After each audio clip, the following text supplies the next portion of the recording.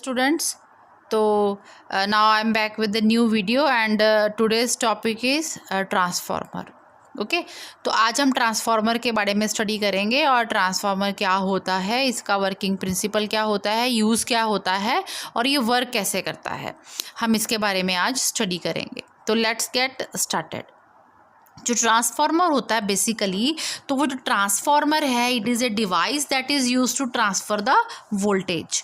तो ट्रांसफार्मर हमारे पास क्या होता है, it is a device that is use to transfer voltage.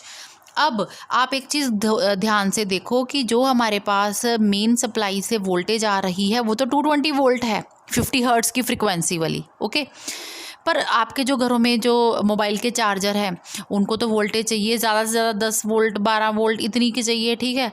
तो भाई पीछे से आपके पास 220 वोल्ट आ रही है और इसको चाहिए 10 से 12 वोल्ट। तो अब ये क्या होगा कि ये वोल्टेज जो है 220 वोल्ट ही अगर हम दे देंगे इसको, टीवी को या मोबाइल के चार्जर को, वो तो बर्न अप हो जाएंगे, ठीक है। तो हम यहाँ पर क्या करते हैं कि वोल्टेज को हम कम या ज़्यादा करने के लिए कुछ डिवाइस जो है वो लगाते हैं और उस डिवाइस को हम बोलते हैं ट्रांसफार्मर।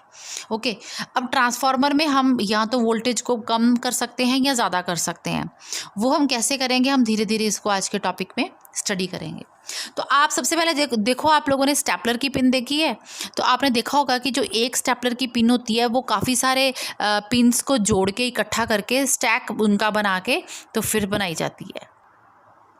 तो स्टेपलर की पिन की हम बात कर रहे हैं, तो आपने वो देखा है कि कितनी सारी उसमें जो इंडिविजुअल पिन्स होती हैं उनको स्टैक करके ग्रुप करके इकट्ठा तो हमने उसका एक पोर्शन बनाया होता है। तो सिमिलरली जो आयरन का कोर होता है, यहाँ पे ट्रांसफार्मर की मेन जो कंस्ट्रक्शन है उसमें हमारे पास आयरन का कोर है। तो ये आयरन का कोर जो है ये एक सिंगल एक मेटल का मास लेके नहीं बनाया जाता। मतलब स्टूडेंट्स, कहने का मतलब ये है कि बहुत सारे यहाँ पर आयरन के फ्रेम्स होते हैं और हर एक को हमने एक दूसरे के साथ इंसुलेट किया होता है, लाइक लैमिनेशंस की होती हैं कोर्स की। और ये जो फ्रेम्स होते हैं आयरन के, इनको फिर हमने साथ में स्टैक टुगेदर कर रखा है। तो इससे क्या होता है कि आपके पास एडी करंट के जो लॉसेस हैं वो कम हो जाएंगे। जब आप लैमिनेशंस कर दोगे कोर की तो एडी करंट्स के लॉस कम हो जाते हैं। और ये जो हमने कोर बनाया है ये सॉफ्ट आयरन का बनाया है। सॉफ्ट आयरन का कोर बनाने के पीछे एक बहुत बेसिक सा रीज़न है, क्योंकि जो आयरन होता है that is highly ferromagnetic substance. तो ये किसी भी सब्सटेंस को उसमें से मैक्सिमम मैग्नेट अपने आप में से मैक्सिमम मैग्नेटिक फील्ड लाइंस को क्रॉस करवाता है एंड मैक्सिमम फील्ड लाइंस को जो है अपनी तरफ अट्रैक्ट करता है। तो इसलिए हमने ये जो कोर है इसको सॉफ्ट आयरन का बनाया है। अब यहाँ पर हम देते हैं इनपुट एसी वोल्टेज और यहाँ पर मिलेगी हमें आउटपुट वोल्टेज। अब ये जो है ये number of turns of the primary है, ठीक है, और ये है जो number of turns in the secondary है, ठीक है। अब यहाँ पर मैंने flux is equal to 100 flux is equal to 100 लिखा है। इसका मतलब ये है कि हम अगर ये मान के चलते हैं कि जितनी मैग्नेटिक फील्ड लाइंस यहाँ पर एंटर हो रही हैं तो गॉस लॉ ऑफ मैग्नेटिज्म के अनुसार उतनी ही मैग्नेटिक फील्ड लाइंस यहाँ पे लीव कर रही हैं, तो फ्लक्स का चेंज तो नहीं हो रहा। तो इसीलिए जब हम देखेंगे इसका डेरिवेशंस तो वहाँ पे हमने फ्लक्स जो है प्राइमरी साइड की भी फाई से लिखी है, सेकेंडरी साइड की भी फाई से लिखी है।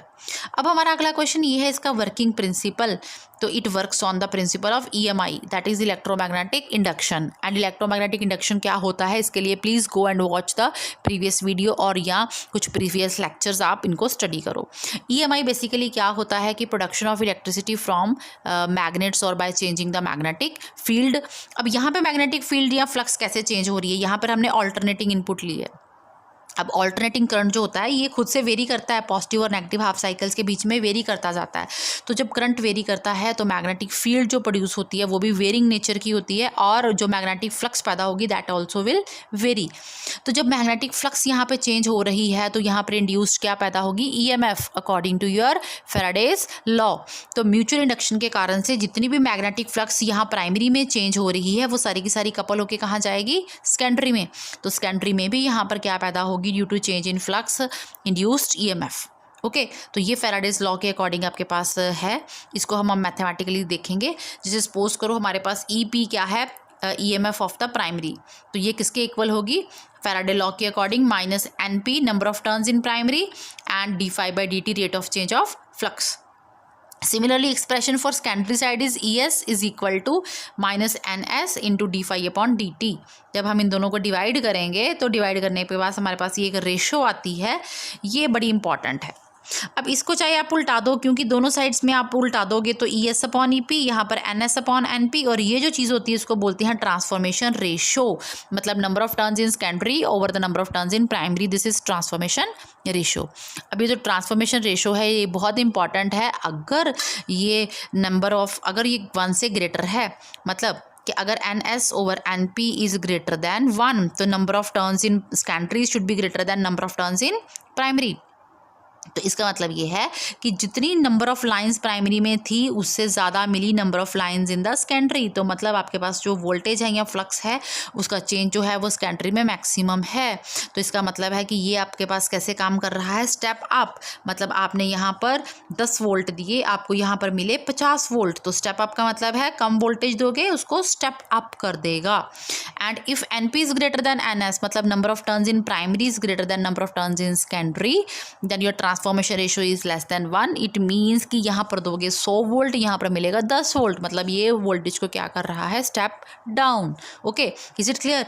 तो बच्चों ये जो कंसेप्ट है आपका ट्रांसफार्मर का वो है तो इतना ही, लेकिन इसको थोड़ा सा विजुअलाइज करने के लिए हमने आपको एक एग्जांपल और देनी है, एंड दैट इज़ एग्जांपल कि सपोज करो आपको पता है कि जो बिजली हमारे घरों में आती है वो आती है हमारे पास बिजली घरों से, जो कि क्या करते हैं कि हाइड्रो इलेक्ट्रिक पावर प्लांट्स लगा के, तो इलेक्ट्रिसिटी आपके पास प्रोड्यूस हो गई पानी से, ठीक है, टर्बाइंस को रोटेट किया kinetic energy of flowing water ने।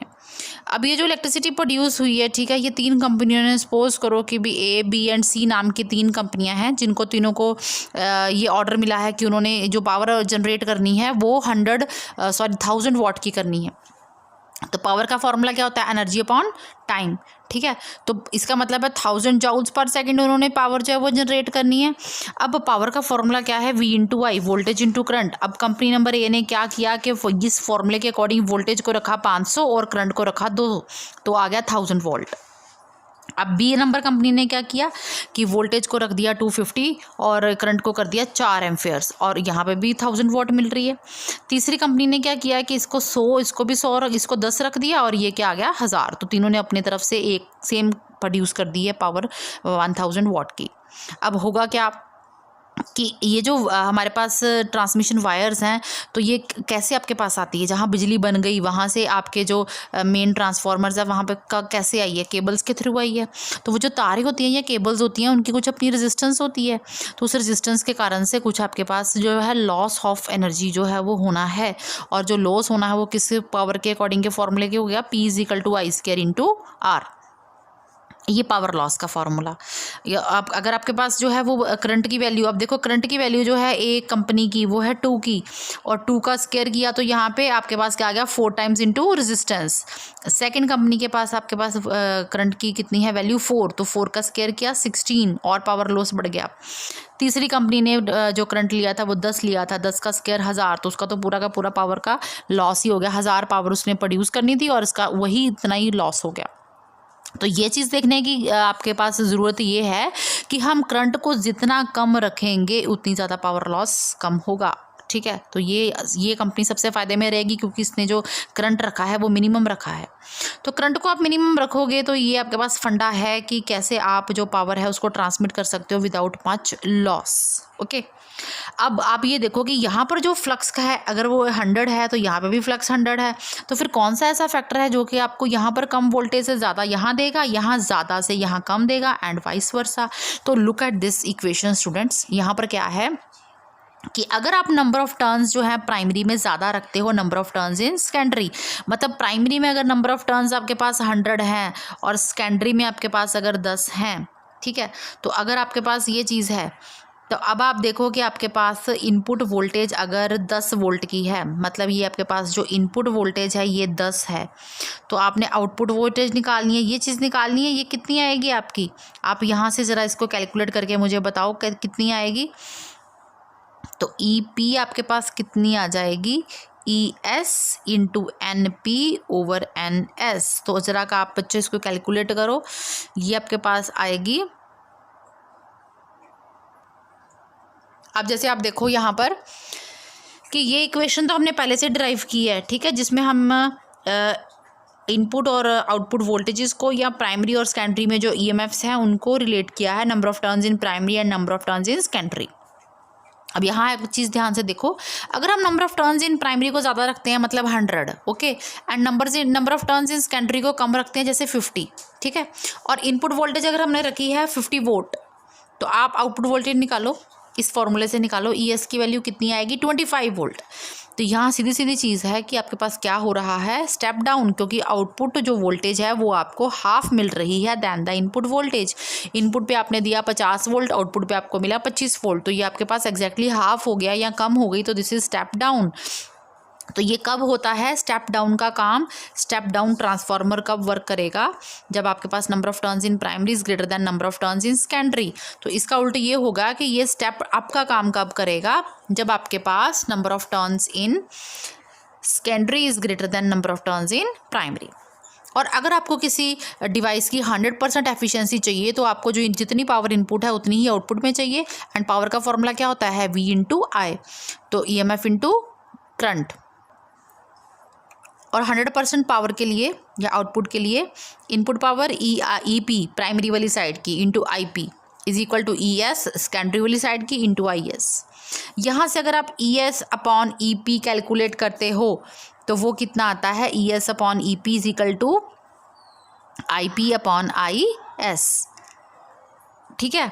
तो यहाँ पर आपके पास एक रिलेशन बनता है, आप इस इक्वेशन को भी देखिए, आप इस इक्वेशन को भी देखिए। तो यहाँ पर आपके पास आप लिख सकते हो NS अपॉन NP।